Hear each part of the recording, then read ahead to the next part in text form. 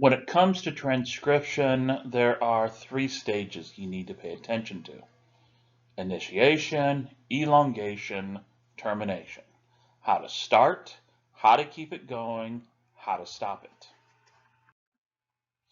Now, when it comes to starting, okay, you have to have a start point. That's the promoter I talked about. The promoter can be immediately upstream, and there can be some other promoters further upstream. 20, 30, 100 nucleotides upstream. The promoters are there, as I said, to recruit in RNA polymerase. Different promoters do better jobs at this. What we have found over the past couple of decades is that there are also ancillary proteins that not only aid in the recruitment of the polymerase, but they aid in positioning. These ancillary proteins are referred to as transcription factors. The promoter may have a low affinity, a low ability to recruit, but you start adding in the transcription factors and the recruitment ability goes up, up, up, up, and up. You'll see that the transcription factors is actually a complex of proteins. The first transcription binds to the promoter once it's activated by, say, ERK. ERK phosphorylates it, activates it.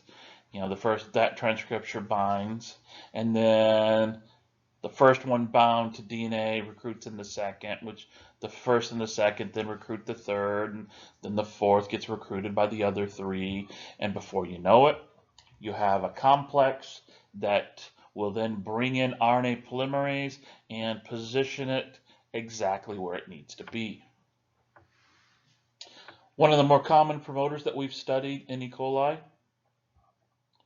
and in eukaryotes is referred to as a Tata box.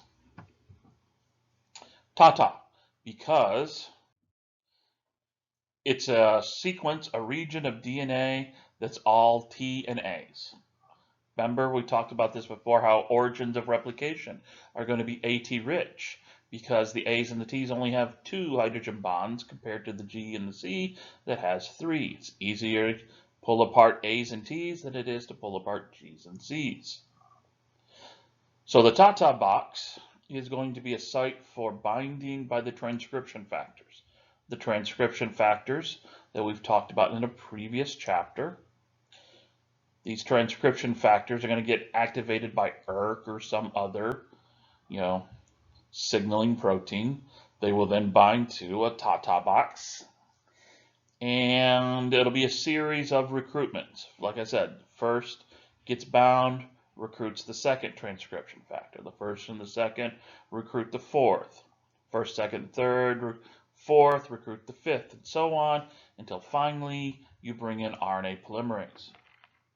All these transcription factors are going to bring in and hold RNA polymerase in place long enough for it to pull apart the 2 strands of DNA.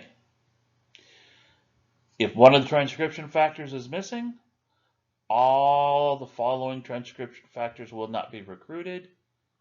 RNA polymerase will not bind, will not begin transcription of that gene.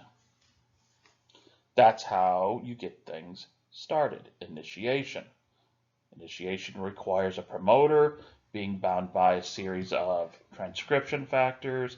When all the transcription factors are there, they will then recruit in RNA polymerase to position in the correct place so that it's not only at the beginning of the gene and it can pull apart the 2 strands of DNA and begin laying down the first nucleotides of the new strand of RNA.